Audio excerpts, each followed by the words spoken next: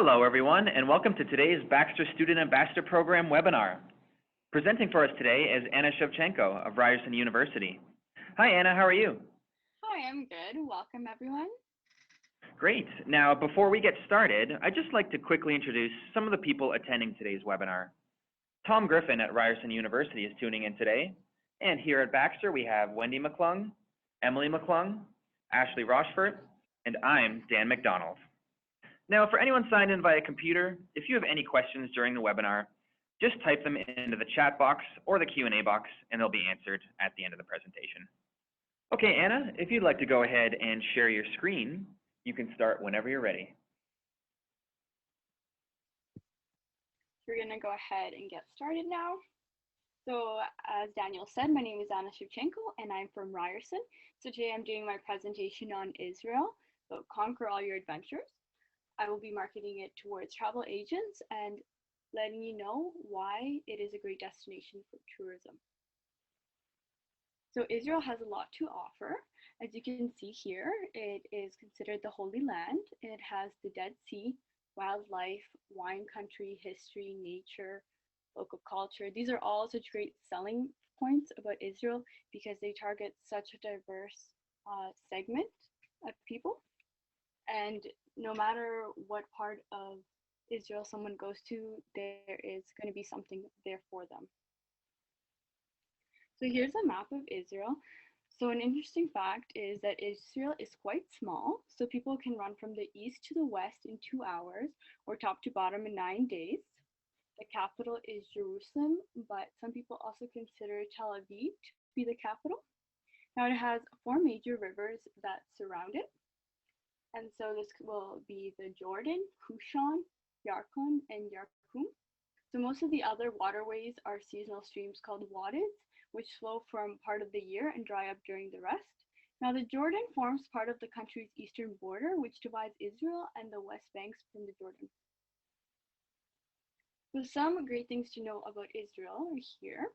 So these are also great facts because they would capture a client's interest. So Israel has quite a big population. Its national bird is the hoop, and their life expectancy is 82 from birth. Now, tourism in Israel has risen by 3.6% in 2016, and it continues to be on the rise. And last year, there was over 2.9 million tourists in 2016, and Israel is the only country to have revived unspoken language and have it as its national tongue. So it's the Hebrew. So this started in 1881 when a group of friends agreed to only speak Hebrew in conversation. And as a result, this language, which has not been spoken as a mother tongue since the 2nd century, became the national language of Israel. Another great fact to know about Israel is that it has a Mediterranean climate, which is only 2% of the world that has this. Some other great achievements for Israel are all of the ones that you can see here. So, for example, the heart tissue regeneration, which is possible now in North America, was actually researched in Israel and created there originally.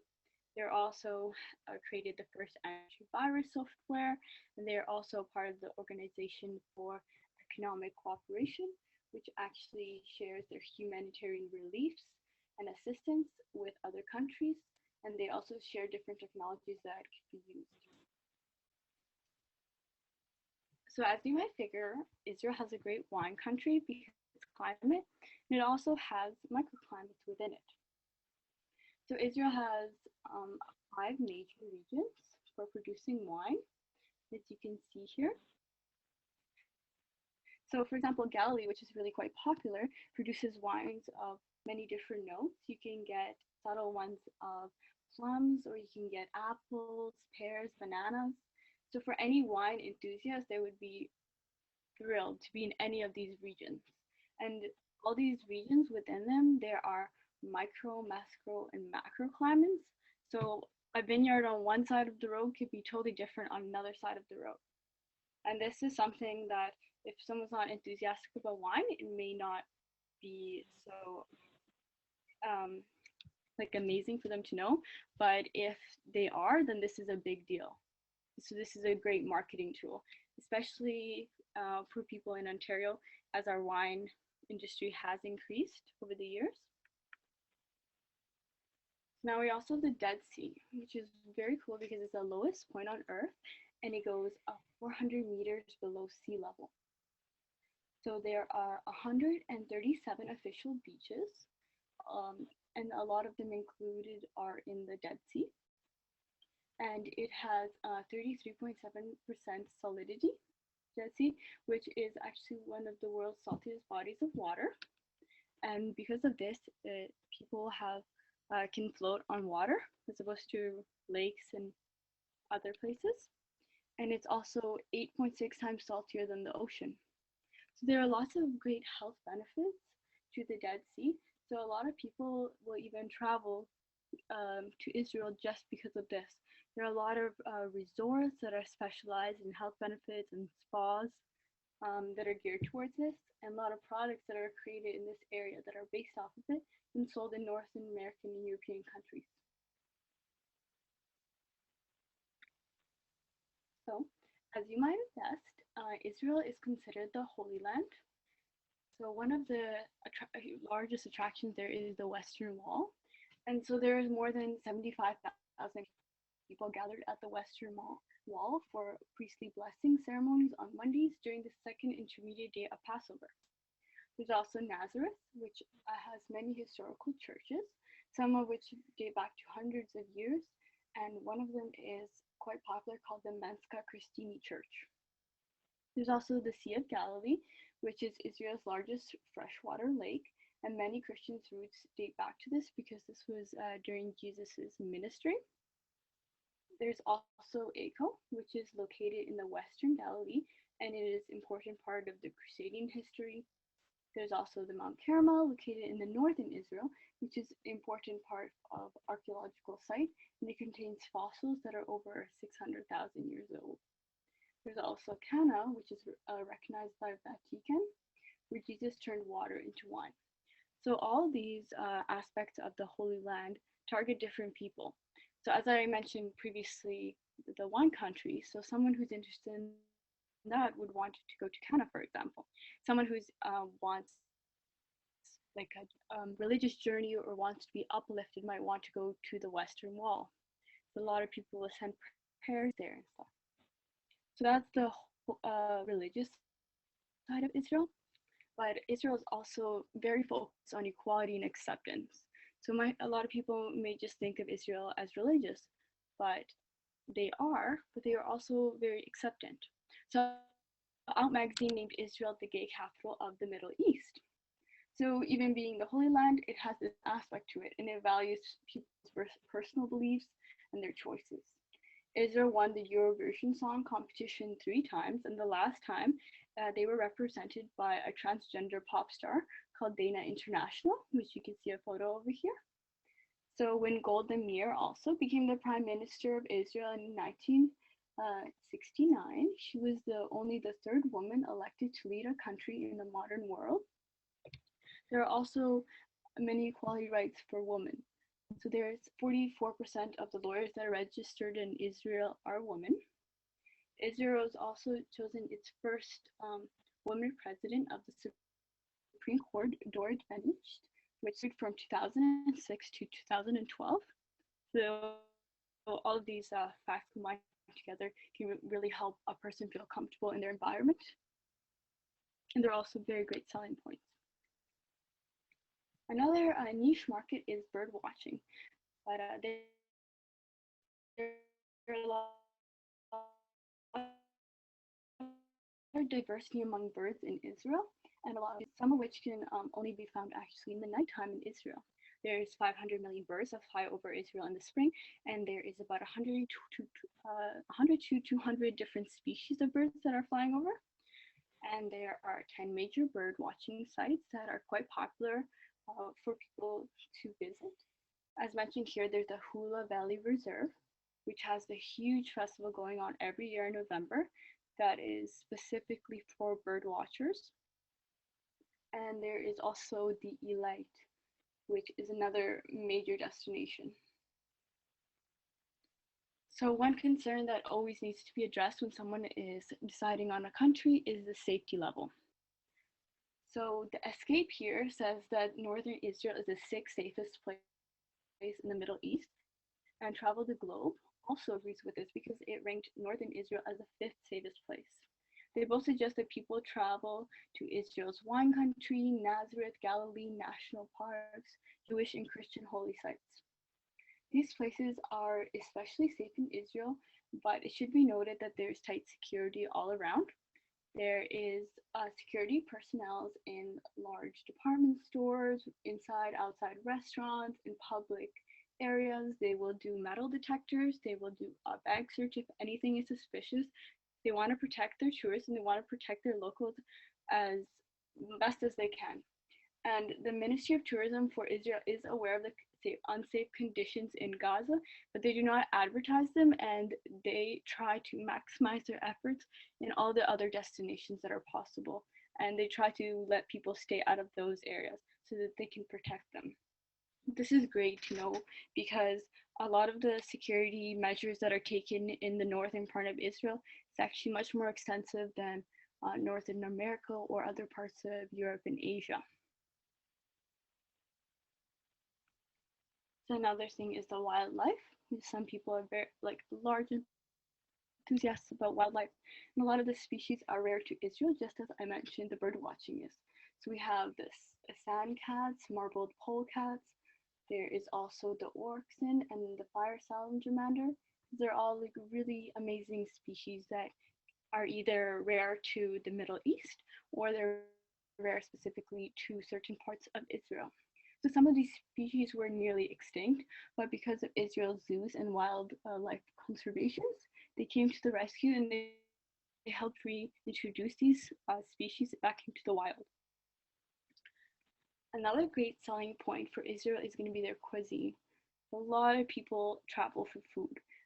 So there's about 70 different cultural cuisines encompassed within Israel, making it quite diverse.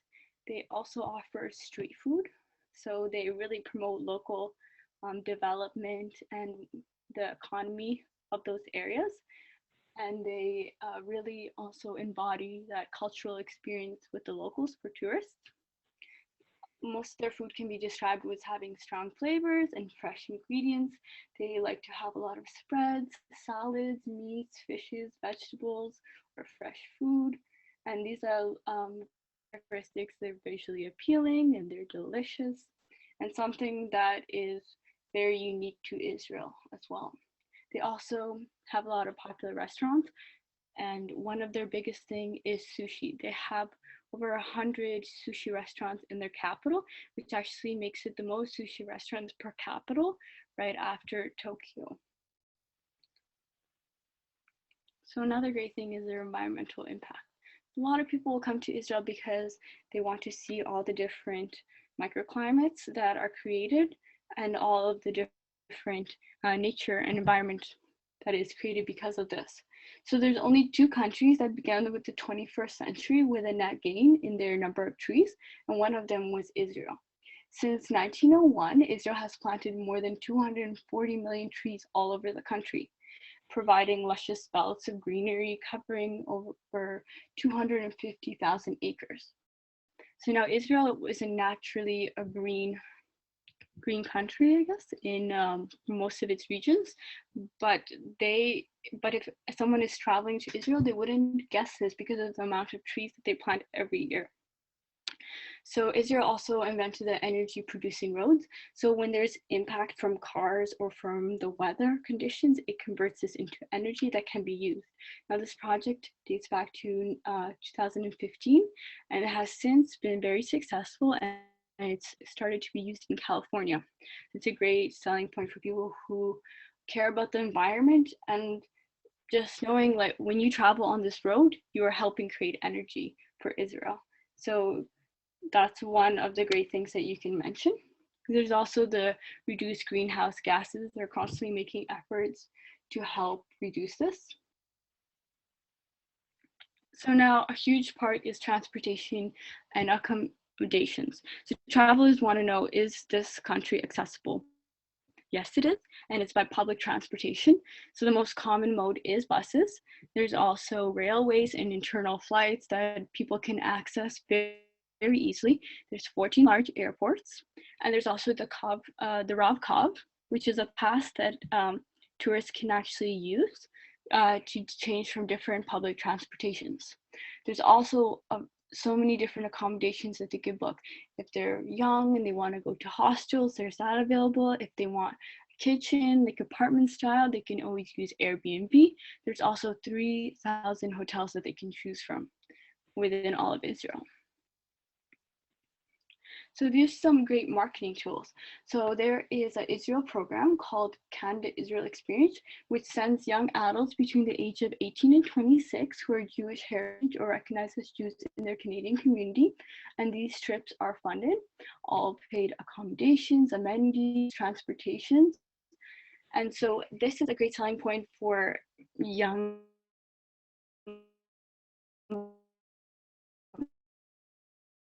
people who would qualify for this. So I'd still on this trip, and maybe their parents want to go also to Israel at the same time. So when you're selling this trip, which is for free, it doesn't include flights though. You can make commissions off of flights, and you can make commissions off selling a trip also to the parents. Because if the parents think that Israel is a great destination for their kids, they might also think it's a great destination for themselves. Now there's Contiguity Adventure and Intrepid, which also provide tours for Israel. And they're all very different, capturing some of the factors that I've mentioned. A lot of these trips don't include flights as well, so that is a great selling point, and actually talking to these tour operators to see how you can get involved would be great as well.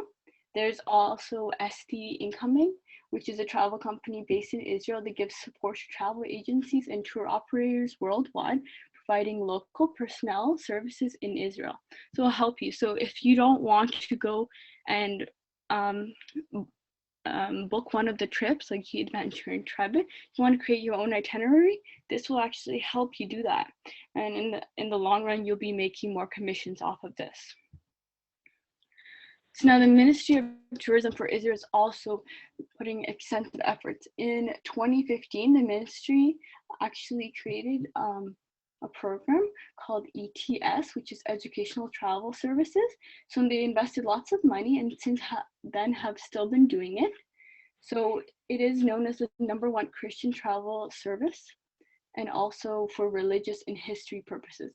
So it provides pastors and priests during the trips that travel agents can create themselves, and it would be tours for about 25 to 40 people, and the travel agents would make about 10,000 to 20,000 on commissions from these trips, and it is eligible for any tourism agencies. So it's a great opportunity for you as a travel agent to get involved and to really see what potential you can make from these kind of tours. If you want to be more creative, make your own tour, but you still want someone to guide it, the trip, it would be a great idea as well, even though because they're pastors and priests, it just gives them a better history knowledge. These trips don't have to be religious based. They just will have all the information for you available. Now, as part of my research, I decided to talk to 4 different travel agencies, and I talked to 4 people specifically. One of them was Ali from Flight Centers Mississauga. As you can see here is listed all the information, Maria, and one of them decided to stay anonymous, and there's another named CJ. So for privacy purposes, I only used their first names, but I want to let you know that all the information I have provided you, now you know about Israel, but are other travel agents doing what I am talking about? So Ali, for example, she said that they sell a fair bit of trips to Israel. They're mostly for family purposes, religious, or people just want to discover the different regions of Israel, especially all the big cities. So the best thing that works for her is commission.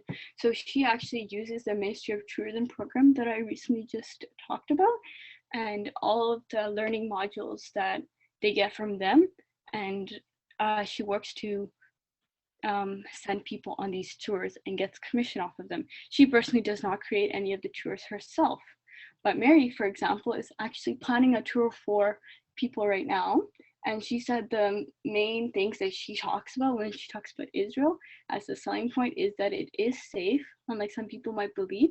It is accessible and it does appeal to a variety of clients. So if you're going with a group, she says, there is going to be some aspect of Israel that someone or you are going to enjoy. She said that she also agrees that commission-based is the best because it's something you can build upon, and she considers the north part of Israel to be the safest part. So the anonymous person that I talked to from the third agency, they said that they were also very knowledgeable about Israel and that they do sell a lot of trips. And one of the things is they don't like to mention Israel right from the start. They'll ask, what are you looking for? And if someone mentions cuisine, or if someone mentions history or religion, anything like that, then they say, okay, one of the destinations for you should be Israel. This is why. And they will show them all the facts about it. So instead of giving them a country right from the start, you want to ask them what they want and see how that country can fit into it for you. So now from the last, CJ from Durham Travel Plus Tobago, she said that the sales for Israel has been very steady over the years, and that a lot of the information she has learned is actually from the company, but she is aware that there is information available from the Ministry of Tourism and from other sources that are based in Israel. She is also aware of the commissions provided by the Ministry of Tourism, and as I mentioned recently, she does also use the tours that it provides and the commissions that it makes for it. So out of the 4, 3 of them actually use what I talked about, and one of them was aware, but he didn't. So this kind of gives you an idea of all the different agencies that are creating tours, or they're marketing tours to travelers, and all of them agreed that it is safe, especially different parts of Israel. And even with the program where it sends 18 to 26-year-olds for free to Israel, they would not send it these young adults if they didn't consider it to be safe, or they didn't consider that it would actually be an enjoyable trip. This is a huge deal, and there's been so many people that have done this program. So these are some great selling points that travel agents can really talk about. And this is where my presentation concludes. And if you have any questions, this would be the time. Thank you, Anna. No problem. I hope you guys enjoy that. Definitely, yeah, thanks. And Wendy here at Baxter has a question, I believe. Hi, Anna. Wendy. I just wondered, did you do any research on who flies to Israel? Are there direct flights from Toronto or Montreal to, say, Tel Aviv? Yes, there are direct flights for sure. As I mentioned previously, there's 14 major airports, and I think most of them fly directly, especially the larger ones. So it is very accessible for air transportation, especially from Toronto Pearson. There's also connected flights and internal flights that are very popular within Israel. So if someone comes to a certain part of Israel, you can get a connecting flight to the capital. Okay, thank you.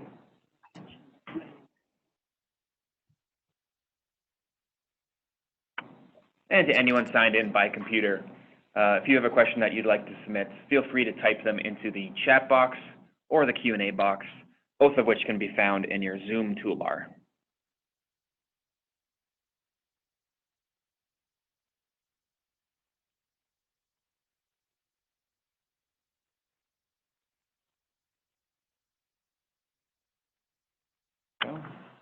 Hi, Anna. This is Ashley from Baxter Travel Media. Hi, Ashley. Had a lot of great information on some niche tourism like bird watching and wine country. I'm wondering if you found any tours or tour packages that focused on those niche opportunities. Yes, I actually found a lot of great ones for G-Adventure and Intrepid, especially the food ones. That Intrepid has specific tours that are geared towards food, and also the travel agencies that I mentioned do bird watching as well. And there are some tours that specifically fly in November to go for the festival. So they Great, thank you. them. Thanks. And we'll allow another minute or so just to see if any other questions get submitted.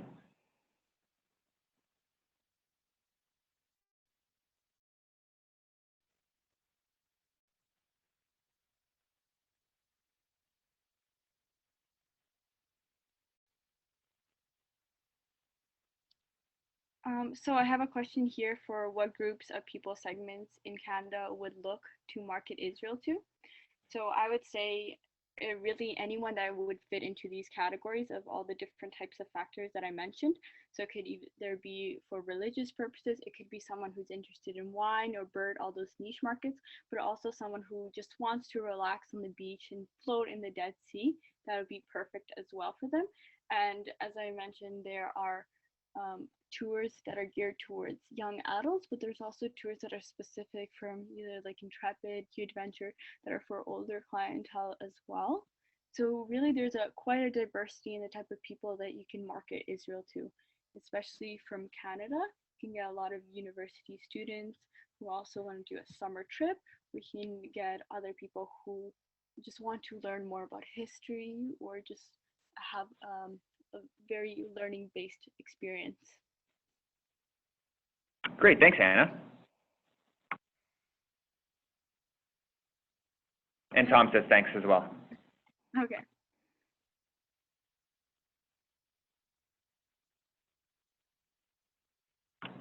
Okay, so I do believe that's it for questions. I'd like to thank everyone that tuned in the webinar today, and Anna, thanks so much for presenting for us. Of course, I really enjoy that. Great, so you have a fantastic day, and we'll be in touch. You as well.